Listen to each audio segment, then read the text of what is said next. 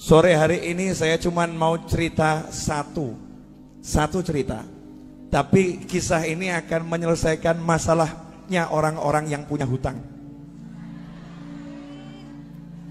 Ini langsung pada seger semua ini. Orang-orang yang punya hutang insya Allah akan selesai masalahnya berkat cerita yang satu ini. Tapi syaratnya satu. Syaratnya jangan matikan nabimu, jangan wafatkan nabimu, jangan hilangkan nabimu Muhammad sallallahu alaihi wasallam. Nabi hanya pindah dari alam dunia, pindah ke alam barzah, pindah ke sana. Bahkan tubuhnya Nabi tidak mati, tubuhnya tidak mati. Nama kematian buat Nabi hanya keluarnya roh dari jasad. Tapi jasadnya enggak meninggal, jasad Nabi tidak mati. Baru jasadnya syuhada saja masih hidup. Sayyidina Hamzah radhiyallahu taala anhu setelah 40 tahun kuburannya digali karena mau dibuat jalur perairan, dipindah. Ada salah satu alat gali yang kena tubuhnya, jenazahnya. Setelah 40 tahun masih mengucurkan darah segar. Setelah 40 tahun masih mengucurkan darah segar. Itu paman Nabi dan sahabat Nabi, sama Allah dimuliakan seperti itu. Apalagi Nabi Muhammad sallallahu alaihi wasallam. Di dalam Al-Qur'an jelas disebutkan orang-orang yang meninggal di jalan Allah, jangan kamu kira mereka meninggal. Justru Allah juga ngomong gak boleh mengira beliau-beliau meninggal. Bahkan yang ngasih nama hidup itu bukan saya. Yang ngasih nama hidup itu bukan ulama. Yang ngasih nama hidup itu bukan Nabi Muhammad SAW. Tapi Allah sendiri yang mengatakan bal ahya, mereka itu sungguh hidup di sisi Allah subhanahu wa ta'ala yurzakun. Dan bukan cuma hidup, ada yang hidup gak dapat rezeki, tapi ini hidup yurzakun, terus diberi rezeki oleh Allah subhanahu wa ta'ala. Itu baru kelasnya orang-orang yang syuhada.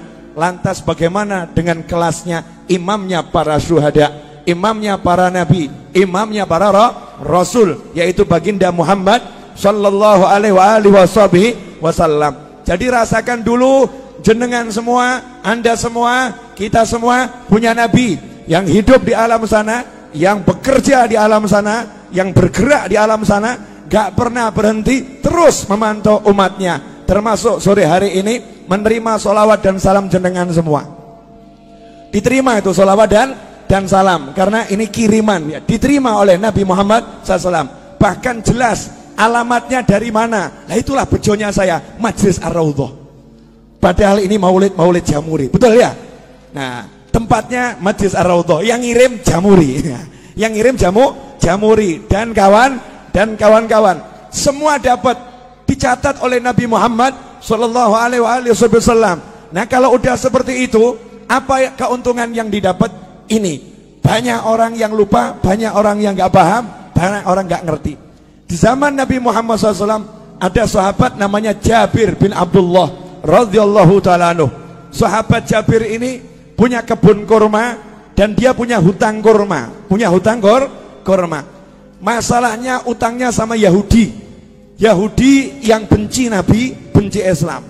Karena tidak setiap Yahudi benci. Ya, Yahudi itu bangsa. Istri Nabi Sayyidah Sofiyah juga seorang Yahudiyah. Yang dibenci itu adalah ajarannya Yahudi yang memusuhi Islam. Lah ini udah ajarannya Yahudi, orangnya Yahudi pula.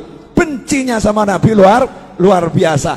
Ketika melihat ada satu sahabat punya hutang, belum bisa bayar, maka Yahudinya senang. Ini saatnya untuk menghina sahabatnya Nabi. Ini saatnya untuk merendahkan sahabatnya Nabi Muhammad sallallahu alaihi wasallam. Maka datanglah Yahudi ke kebunnya Jabir bin Abdullah radhiyallahu anhu untuk nagih utang. Ibu-ibu pernah diparani, ditagih? Tahu rasanya? Diparani gak punya duit, enak rasanya ya? Diparani sama orang yang badannya mungkin gede-gede, mungkin badannya tidak enak dilihat, wajahnya serem, itu tidak seberapa. Tapi kalau yang nyamperin ibu-ibu mulutnya cerewet, itu luar biasa. Ada mau bayar kapan utangmu? Utang kau dibayar. Wah itu lebih dari pria-pria yang badannya besar itu, yang cerewetnya luar biasa, kalimatnya menusuk dan merobek-robek jiwa dan menyebabkan ibu sakit hati ketemu orang yang seperti itu. Hari itu Yahudi datang ke tempatnya Jabir. Nabi Muhammad SAW dimintai tolong sama Jabir, ya Rasulullah, tolong utang saya ini biar bisa ditunda, dibayar tahun depan. Yahudinya diajak bicara. Nabi ngajak sahabat, ini kerennya di sini, hebatnya di sini. Ada satu teman Nabi, sahabat Nabi punya utang. Uangnya buat bayar gak cukup, kebunnya buat bayar gak cukup. Nabi Muhammad SAW tidak duduk di rumahnya, tapi Rasulullah SAW ngajak sahabat-sahabatnya, yuk kita ke rumahnya Jabir, ayo kita ke kebunnya Jabir. Kasihan itu, Jabir digeruduk Yahudi, Jabir disamperin Yahudi. Ini Yahudinya lagi nagih Jabir, mau menghinakan Jabir. Berangkat Nabi Muhammad SAW bersama sahabat. Kemudian Rasul sendiri yang ngajak ngomong bicara si Yahudi. Artinya Nabi SAW tokoh masyarakat, Rasul punya jabatan, punya kedudukan, mau membela orang yang ditagih hutang, mau membela orang yang terlilit hutang. Saat itu Nabi belum punya duit, karena Nabi kalau punya duit tekno didum langsung, dibagi-bagi langsung habis. Apa sabda Nabi buat orang yang terlilit hutang? Kadang ini mubalih nggak paham, kemudian menyebutkan hadis yang seakan-akan orang meninggal punya hutang itu sengsara. Salah. Dulu Nabi Muhammad SAW bersabda, siapa yang meninggal punya hutang, saya tidak akan sholatkan jenazahnya.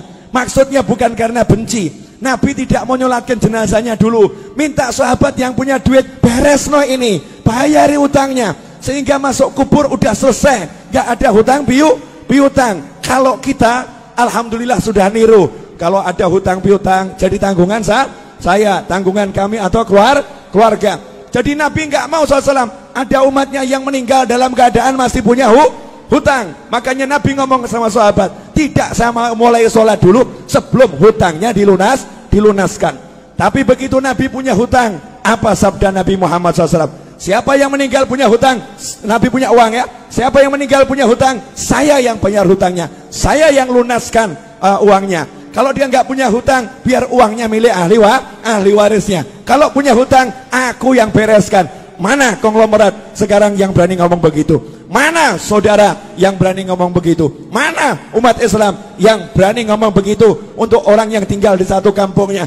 Yang di kampung ini yang punya hutang, kalau meninggal aku yang melunaskan. Mana yang seperti itu? Nabi Muhammad SAW bangkit membela sahabatnya, diajak ke rumah Jabir. Sampai di situ Nabi ngomong langsung sama yang namanya Yahudi. Yahudi, gini aja, kalau boleh pembayarannya ditunda, diundur, kasih perpanjangan waktu. Yahudinya ngomong, ya Abul Qasim, wahai Abul Qasim, julukan Nabi Muhammad SAW, wahai Abul Qasim, tidak bisa, hari ini juga harus dibayar. Bu, kalau jenengan ditagih utang 5 miliar, hari ini harus dibayar. Ngeluh atau enggak ngeluh? Ngeluh ya. Punya uang cuma 100.000, tagihannya 5 miliar. Pusing atau enggak pusing? Pusing. Lah ini Nabi Muhammad SAW datang, kasusnya begitu. Kebun kurma ini buahnya cuma sedikit, hutangnya bertonton, jadi enggak mungkin bisa dibayar. Maka Nabi mengatakan kepada Yahudinya, tunggu sebentar. Kemudian Jabir bawa kurma sedikit, disuguhkan Nabi Muhammad SAW. Itulah adabnya sahabat. Kedatangan Nabi, sepunyanya apa ya disuguhkan. Nih ya Rasulullah, kurma muda disuguhkan. Setelah itu Nabi Muhammad SAW ngelilingi kebun kurmanya Jabir. Kebun kurmanya dikelilingi, dilihat muter, ya memang gak cukup. Jumlahnya buah kurma itu gak mungkin cukup untuk bayar. Maka Nabi SAW kemudian tanya sama Jabir, di mana biasanya kamu duduk-duduk di kebun kurma ini? Tempat yang biasa kamu gunakan untuk nongkrong. Kalau bahasa kita, gazebonya di mana? Ya, gazebonya di mana? Rasulullah tanya, di mana itu? Di sini ya Rasulullah. Saya biasa berteduh di sini. Ya udah, saya tak tidur sebentar. Bayangkan ini, ditagih utang sama Yahudi, ditinggal tidur sama Nabi. Tiruan. Maksudnya apa? Utang gak usah dipikirin. Yang nagih di depan ini ya, nggak dipikirin, tinggal tidur Nabi Muhammad SAW. Ini nanti bisa dicek di Syarah Fathul Bari, Syarah Bukhari ya. juga di kitab-kitab syarah Bukhari yang lain. Tidur Nabi SAW, kemudian bangun, datangi lagi Yahudinya karena masih maksa harus dibayar hari itu juga. Rasul berkata, gimana, bisa enggak ditunda dulu pembayarannya, kasih perpanjangan? Tidak bisa, harus hari ini. Ya sudah, Nabi SAW keliling lagi, tawaf, ngelilingi kebun kurma, ditawafi. Setelah selesai ditawafi, Nabi bilang sama Jabir, Jabir, sudah sekarang kamu panen tuh kurmanya, bayarkan. Panen, bayarkan. Saya tidur dulu. Nabi tidur lagi. Asik ya? Tidur. Bangun tidur, Nabi nanya sama Jabir, gimana? Udah beres? Beres ya Rasulullah. Itu hutangnya kurma lunas semua. Bahkan ini kurma saya nggak berkurang. Panennya lebih banyak dari panen bertahun-tahun ini. Ini nggak masuk akal ya Rasulullah. Disitulah Nabi bersabda, Asyhadu anni Rasulullah. Aku bersaksi, aku adalah Rasulullah. Kalau bahasa kita, saya Nabi, saya Rasul.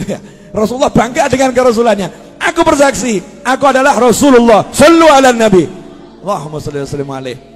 Pelajarannya apa? Pelajarannya banyak, tapi saya mau garis bawahi satu. Nah, kamu kalau ada masalah, nabimu mbok buang. Kamu punya masalah, nabimu kamu singkirkan. Kamu punya masalah seperti nggak punya nabi. Sahabat ada masalah, punya nabi. Sahabat ada masalah, tahu punya Rasul. Makanya yang ngomong sama nabinya, ngomong sama Rasulnya. Nah, kalau sudah jadi sahabatnya Nabi, jadi temannya Nabi SAW, kalau punya masalah, Nabi selesaikan. Nah, kenapa kita sekarang ada masalah nggak selesai-selesai? Nggak pernah menjadikan Nabi sebagai teman, nggak pernah menjadikan Nabi sebagai sahabat. Beda dengan para kiai dan habib-habib tempo dulu. Habib dan kiai tempo dulu tuh tidak pernah mengajarkan pakailah pakaian dengan tangan kanan, melepas dengan tangan kiri. Gak seperti itu.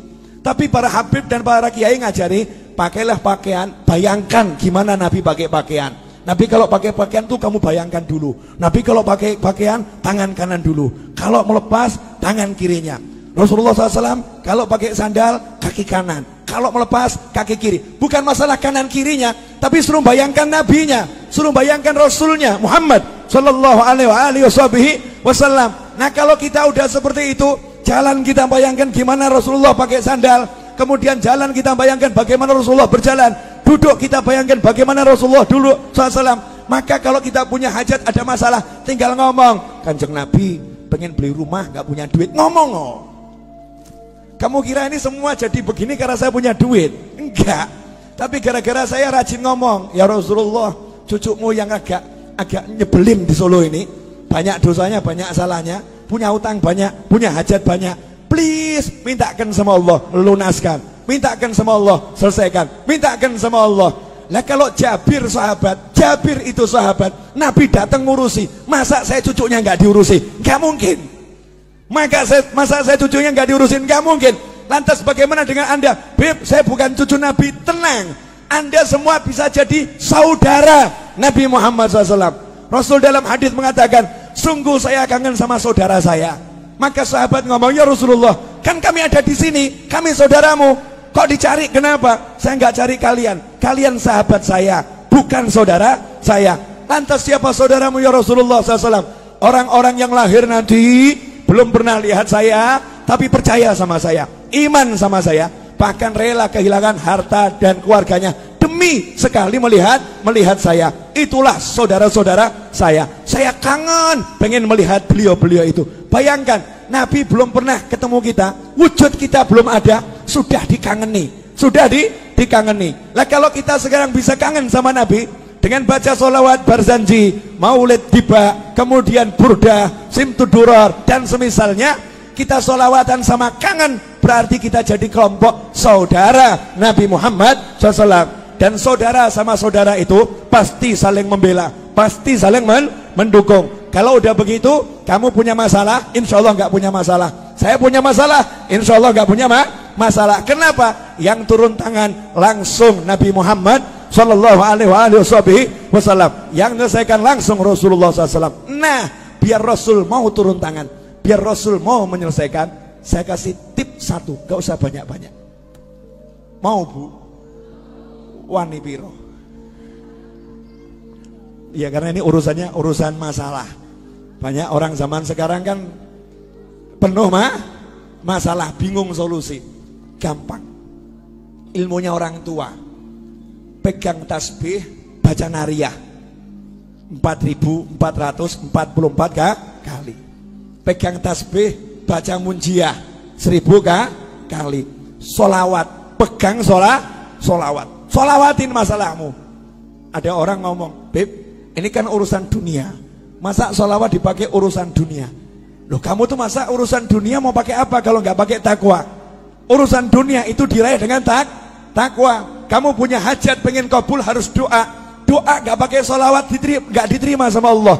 Sehebat apapun orangnya doa, nggak pakai solawat nggak diterima sama Allah Subhanahu wa ta'ala. Sehebat apapun orangnya sholat, nggak pakai solawat nggak diterima sholatnya oleh Allah Subhanahu wa ta'ala. Sehebat apapun orang khutbah Jumat, gak pakai solawat, gak diterima oleh Allah Subhanahu wa ta'ala. Kalau hidupmu gak ada solawat, gak diterima oleh Allah Subhanahu wa ta'ala. Dan kalau kamu hanya ingat Allah, gak mau ingat Nabi Muhammad SAW, Islammu ditolak oleh Allah Subhanahu wa ta'ala. Sebelum minta apapun, suruh mengedepankan Allah Rasulullah, Allah Rasulullah. Dalam sholawat sudah ada semuanya. Allahumma sholli, Allahumma sholli. Sholawat itu nyebut Allah, nyebut Nabi Muhammad SAW.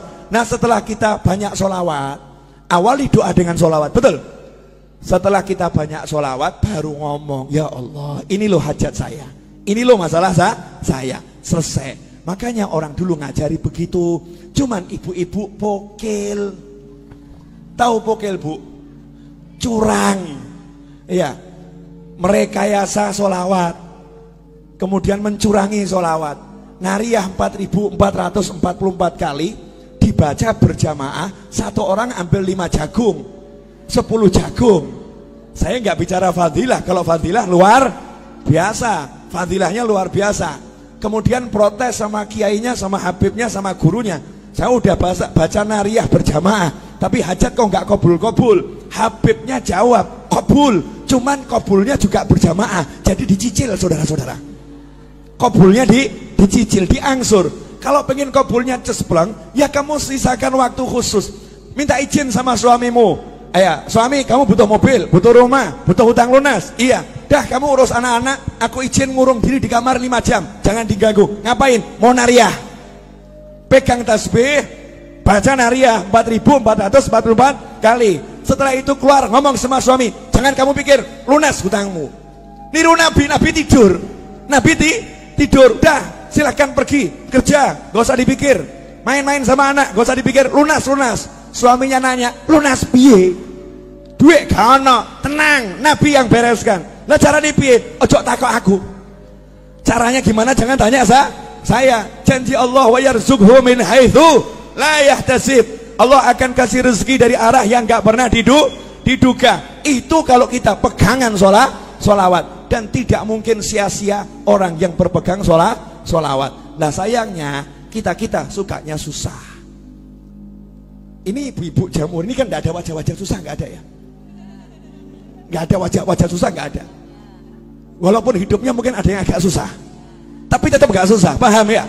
Lah hidupmu penuh nikmat, kok susah? Hidupmu penuh nikmat kok susah? Karena ini 30 hari sholawatan terus. Jadi ya suami ditinggal loh ini. Suami, bojo, bye-bye. Pak, sholawat dulu ya Pak ya. 30 hari suaminya ditinggal. Dari mulai zuhur sampai maghrib, anaknya ditinggal. Serahkan suaminya, tolong urus anak-anak dulu ya. Yang udah dewasa udah nak, mau ikut, gak mau ikut, kamu jalan sendiri. Ibu berangkat sholawatan. Begitu pula ibu-ibu. Lah kok ragu hajatnya gak kabul? Kan manusia aneh bin ajaib. Berarti gak percaya sama nabinya, gak yakin sama rasulnya. Yakin sama rasulmu, percaya sama nabimu. Ikhwani rahimakumullah. Terakhir, karena saya baru nyampe dari Jati Barang, 2:30 malam tadi saya masih di sini. Tadi jam 8 saya ceramah di Jati Barang. Ya, dari Jati Barang saya balik ke sini. Nanti maghrib saya ke Jogja insyaallah. Kemudian besok jam 6 pagi saya harus terbang ke Jakarta. Acara jam 9 sampai asar. Padahal asar saya pergi ke Bandung. Jalan-jalan terus, asik. Enak toh? Wajah saya wajah lelah atau bahagia? Lah makanya, berarti enak atau enggak enak? Enak, jalan-jalan terus, asyik, keliling terus, ya keliling terus. Ketemu orang mumet, saudara-saudara. Orang mumet yang bisa bahagia. Terakhir. Ini ibu-ibu, ini perlu dijelaskan. Saya masih ingat kata-kata Habib Anis. Ibu-ibu itu yang wirid-wiridnya jauh lebih banyak dari bapak-bapak. Bahkan mungkin ibu-ibu itu punya buku doa terbanyak dibandingkan bapak-bapak. Yang paling hafal doa-doa itu ibu-ibu. Doa pelunas hutang 1, doa pelunas hutang 2, doa pelunas hutang 3 gitu ya. Itu ibu-ibu. Saking mumetnya, wiridnya luar biasa, itu ibu-ibu. Nah gini Bu, yang di atas juga, pemirsa di rumah juga, sering ada orang yang ngomong begini, saya semakin rajin sholawat, kok rezeki semakin seret. Sejak ikut Jamuri kok bisnis saya berantakan. Sejak ikut Majelis Ar-Raudhah kok warung saya sepi. Warung saya sepi. Dulu waktu saya nggak pernah sholat, warung saya laris. Waktu saya mabuk-mabukan, rezeki saya lancar. Saya mendekat sama Allah, kok dunia menjauhi saya. Nah ini yang ngomong begini gagal paham. Gagal paham. Boleh saya membuat ibu-ibu lebih tercerahkan? Boleh? Bu, pilih duit atau sehat? Pilih anak atau duit? Gini, ulangi. Pilih duit atau sehat? Pilih punya anak atau enggak punya anak? Pilih punya duit tapi enggak punya anak, atau enggak punya duit tapi punya anak? Mesti ngeyel. Punya duit, punya anak. Kenapa saya nanya seperti ini? Maksud saya begini loh. Yang namanya duit itu kecil.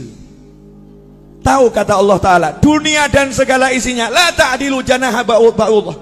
Dunia dan segala isinya tidak sepadan dengan sebelah sayap nyamuk. Sebelah sayap nyamuk sama dunia, maqablal akhirah, semuanya itu.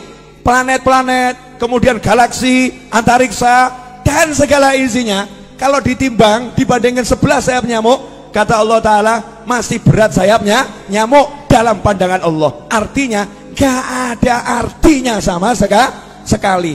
Jadi kalau kamu punya duit seberapapun, itu rezeki yang remeh-temeh, rezeki yang hina, rezeki yang kecil, rezeki yang jelek. Karena jeleknya yang kafir dikasih, yang maksiat dikasih. Barang elek, silakan ambil, barang jelek, ambil, boleh saya minta? Oh boleh, barang elek, jelek, ambil, karena jelek. Barang bagus saya minta, nanti dulu, syarat dan ketentuan berlaku. Syarat dan ketentuan berlaku. Nah yang barang bagus apa? Bisa sholat, bisa zikir, bisa sholawat, bisa bekti sama orang tua, bisa puasa, bisa baca Al-Quran, bisa menikmati maulid. Ini rezeki yang luar biasa. Makanya ketika kamu mendekat sama Allah, kemudian kok duniamu kecil, kecil, itu tanda-tanda bahwasanya kamu dikasih rezeki yang sangat besar. Masalahnya duitmu seret, itu aja. Cuman duit yang seret, tapi kan mata sehat, telinga sehat, kaki sehat, semuanya sehat, bisa menikmati majelis, bisa bahagia. Ada orang yang duitnya banyak, habis buat berobat. Ada orang yang duitnya banyak, habis untuk memuaskan nafsunya, nggak puas, cari bahagia, nggak bahagia. Lan jenengan modal masuk Jamuri, duduk silo, selonjor, senden, bahagia. Kok murah men ya? Gampang men nih, bahagianya, mudahnya luar biasa. Nikmat dari Allah Subhanahu wa Ta'ala. Kuncinya di situ. Buang dulu dunia dari hati, kecilkan, nggak ada manfaatnya, cilik, gak ada artinya. Setelah bisa kamu buang, nanti di situ dunianya akan datang. Bahasa saya begini, perempuan cantik itu kalau dikejar semakin gaya. Betul? Ini pengalaman pribadi ini. Ya, pria tampan kalau dikejar juga semakin gaya. Tapi kalau dicuekin pasti penasaran. Ini semua orang ngejar saya ya. Kok yang satu ini cuek-cuek saja ya? Akhirnya kebalik. Yang cantik tadi itu akan ngejar, betul ya? ngejar. Lah kalau kamu pengen dikejar dunia, cuekin dunianya. Cuekin dunianya. Kalau kamu cuek sama dunia, dunianya nanti akan penasaran. Kok aku nggak disentuh ya? Aku nggak dicari sama dia ya? Aku kok nggak dianggap ya? Dunianya akhirnya jor-joran. Ambil, ayo, tertarik sama aku. Ambil, tertarik sama aku. Kita tetap nyantai-nyantai saja. Cuek, nggak ngaruh, nggak ngaruh. Nggak ngaruh, nggak ngaruh. Itu kunci untuk menguasai dunia. Rahasianya di situ. Terakhir. Udah, ini saya ceramah bengak-bengok biar ngantuknya hilang kabeh. Karena ini jamnya jam ngantuk dari tadi jam 1 kan ya. Ngantuk. Terakhir ibu-ibu yang dimuliakan Allah Subhanahu wa ta'ala. Jadi kalau ada masalah gak usah bingung, gelar sejadah, pegang tasbih, baca sholawat. Selesai. Setelah itu ojo mbok pikir, jangan dipikir. Lanjutkan kehidupan, masak ya masak, ngobrol sama anak ya ngobrol sama anak. Dan jangan buka handphone kemudian share sama temennya, sumpek aku sumpek. Nah ini gak selesai masalah ini. Sumpek, saya lagi sumpek, saya lagi banyak masalah. Semakin kamu nyebut, semakin sumpek itu. Semakin sumpek. Udah kamu duduk baca sholawat, selesai, gak usah di-share. Walaupun suamimu nyebelin, gak usah diurus, sholawatin. Selesai. Terus saya punya pengalaman, orang curhat sama saya, Beb, ini suami saya kok ngombak-ngambek terus nih, Beb. Pulang ke rumah ketemu suami wajah ngambek terus. Suntuk saya, Beb. Gimana caranya? Sholawatono. Selesai. Jadi nanti kamu ngelus-ngelusnya sama sholawatin. Allahumma sholli ala sayyidina Muhammad. Di hati saja tidak disolawatin. Besoknya laporan lagi, Beb, alhamdulillah gimana? Udah nggak ngambek lagi. Silahkan dipraktekkan ibu-ibu ya. Kalau suaminya suka ngambek-ngambek, sholawatin. Ya, sholawatin. Kalau kerja di perusahaan bosnya ngambek-ngambek, sholawatin. Kalau ada pelanggan yang ruwet, sholawatin. Beres, nggak mungkin tidak beres. Jaminan 100%, 100%. Ini yang ngomong sudah praktek. Yang ngomong sudah praktek. Kalau ketemu orang ruwet-ruwet, modal saya tak sholawatin, selesai. Ya, sholawatin selesai. Kalau saya nggak kuat nyolawatin, saya titip sama teman-teman saya, duduk di musola baca munjiah 100 kali, saya punya hajat. Duduk di tanah sana baca munjiah 1000 kali, saya punya hajat. Giliran saya nyopir ceramah, saya ceramah, yang lain sholawat. Selesai ceramah, selesai masalah. Mau praktek? Jangan, berarti kamu nunggu masalah dulu. Jangan praktek untuk masalah, praktek untuk hajat. Terima kasih. Jazakumullah khairan katsiran. Insyaallah yang sedikit ini barokah dan manfaat.